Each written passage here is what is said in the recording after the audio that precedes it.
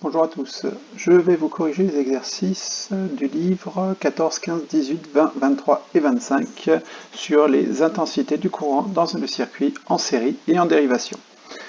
Petit rappel de cours, dans un montage en série, l'intensité est la même dans tout le circuit, quel que soit le point du circuit, quel que soit le dipôle utilisé.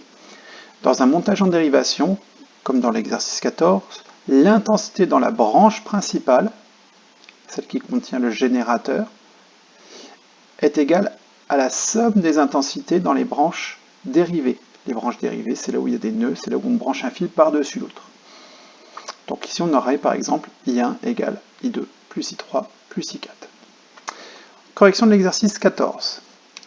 Amandine a branché 3 guirlandes coloriées. On s'imagine que c'est dans une salle des fêtes, donc une salle des fêtes c'est comme une maison. À la maison, toutes les installations électriques sont branchées en dérivation, sous une tension de 230 volts. Ce qui permet de, quand il y a un dipôle qui ne marche pas, les autres permettent de fonctionner. Principe d'un montage en dérivation. Donc, le schéma des 3 guirlandes, ce sont des lampes. Donc l'intensité dans la branche principale est égale à l'intensité, à la somme des intensités dans les branches dérivées, soit I1 égale I2 plus I3 plus I4. L'intensité dans la branche principale vaut 250 mA. L'intensité dans la guirlande rouge, 50. Dans la guirlande jaune, 125. Donc pour trouver l'intensité qui traverse la guirlande bleue, soit ici I4, on remplace les valeurs. Il nous manque I4. I4 est égal à, donc, à 250 moins 50 moins 125, soit 75 mA. Ensuite, exercice 15. On a ici un schéma, un générateur. Alors, dans le schéma, moi j'utilise un logiciel, il représente ça par une pile. Sinon, vous mettez un rond avec un G, c'est pareil. Donc, on a un générateur qui est relié à un ampèremètre. Cet ampèremètre est relié à un interrupteur. Cet interrupteur est relié à un autre ampèremètre. La sortie de l'ampèremètre est reliée à une lampe.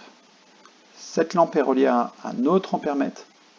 Cet ampèremètre est relié à un moteur. Et ce moteur est relié à un autre ampèremètre. L'ampèremètre retourne à la borne du générateur. C'est donc un montage en série. Les intensités sont donc identiques dans tout le circuit. C'est assez rapide. Si on vous dit que l'ampèremètre A3 ici vaut 0,250 ampères, A4 va afficher 0,250, A2 va afficher 0,250 et A1 va aussi afficher 0,250 ampères. Exercice 18. Donc ici, nous avons une pile qui est représentée ici. On voit tout de suite qu'il y a deux fils branchés l'un par-dessus l'autre. Donc on va avoir des dérivations par rapport à la pile. La première boucle sera constituée d'un interrupteur, d'une résistance, d'un moteur et d'une lampe. Première boucle ici, interrupteur, résistance, moteur, lampe, et ensuite on retourne à borne négative du générateur. L'autre boucle est composée d'une lampe, d'un interrupteur, et ça retourne à borne moins du générateur. La lampe, l'interrupteur et à la borne moins. En bleu, j'ai représenté donc la branche principale, qui serait en fait les deux cosses de la pile. Et ensuite, en rouge, j'ai représenté les branches dérivées, qu'on appelle aussi des boucles. La première boucle ici, en rouge, et ici, la deuxième en rouge aussi. Ces deux endroits-là sont représentés ici et là. C'est ce qu'on appelle des nœuds de raccordement, les nœuds de dérivation. Intensité différente. Donc ici, on voit tout de suite que c'est un montage en série. Donc, dessus, en fait, l'intensité délivrée par le générateur est la même dans tout le circuit. Ce qui veut dire que si on a une lampe qui fonctionne à une certaine intensité, et ben l'autre va forcément avoir la même intensité, même si elle a besoin de plus de courant.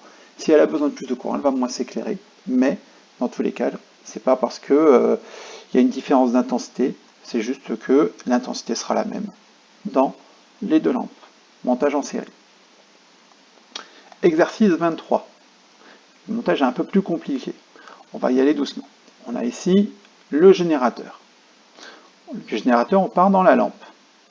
Et ensuite, on va être raccordé à un ampèremètre. Donc ici la lampe, l'ampèremètre.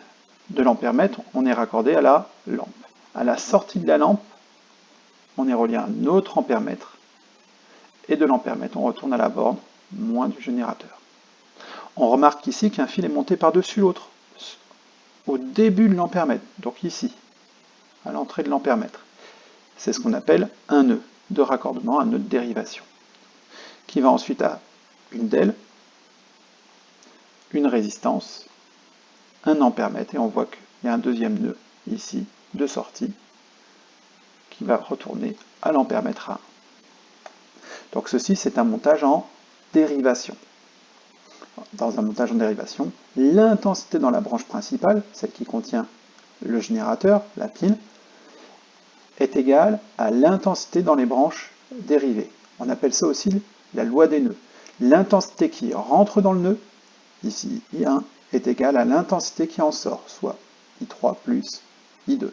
De même ici, l'intensité va rentrer ici, donc on a I3, l'intensité va rentrer dans ce nœud, donc I2, donc I3 plus I2 est égal à l'intensité qui en sort, à I1. D'où la relation, l'intensité, donc I1 égale I2 plus I3. On vous donne l'intensité mesurée par A1, 0,325 ampères, donc l'intensité ici vaut 0,325 ampères. On vous donne l'intensité I2, 45 mA. On voudrait savoir I3, donc on va faire une soustraction, 325. Alors avant toute chose, il faut convertir les 0,325 ampères en milliampères pour pouvoir faire le calcul. Donc j'ai converti les 0,325 ampères, ce qui donne 325 milliampères. On aurait pu aussi mettre tout en ampères. Donc l'intensité I3, c'est les 325 mA moins les 45 mA qui passent ici. De même, on pourrait faire le calcul ici, 45 plus 280 mA, on va retrouver les 325 mA qui vont retourner en générateur. Exercice 25. Complétez le schéma. Je vous rappelle que les ampèremètres se branchent en série. Donc on a ici les deux ampèremètres. Les voltmètres se branchent en dérivation. C'est un montage en série. On ne compte pas les appareils de mesure. Les voltmètres se branchent en dérivation, certes, mais ils sont là juste pour mesurer. Le montage en lui-même est un montage en série. Si c'est un montage en série, l'intensité est identique dans tout le circuit. Ça veut dire que l'intensité I1 est égale à l'intensité I2 est égale à l'intensité I3. Et ainsi de suite. Donc l'intensité qui traverse la DEL et la résistance, ainsi que le moteur, vaut 175 mA. Que veut la tension borne du moteur? La tension borne du moteur, alors dans un montage en série, rappel du chapitre précédent, la tension délivrée par le générateur est égale à la somme des tensions dans les dipôles en série. Ce qui veut dire qu'ici, si on a 6 volts, si l'ensemble ici vaut 2,75 volts, eh bien, le moteur va prendre ce qui reste. U du générateur est égal à U del plus résistance plus UM, soit U3 moteur égale la tension de la pile moins la tension du moteur, soit 3,25 volts. 3,25 plus 2,75, UM plus U del plus résistance, c'est bien égal à la tension de la pile. Les ampèremètres, je vous rappelle que ce sont que des appareils de mesure. Ils ne consomment pas, ils n'utilisent pas de courant électrique ni de tension. Donc on pourrait dans le circuit, pour les tensions, les enlever. Donc il nous reste le générateur, del plus résistance et le moteur. Voilà, j'espère que vous avez bien compris cette leçon. Travaillez bien, ça va nous servir pour l'année prochaine, pour la troisième. Si vous avez des questions, vous pouvez m'écrire sur Pronote et je vous répondrai au plus rapidement. Au revoir.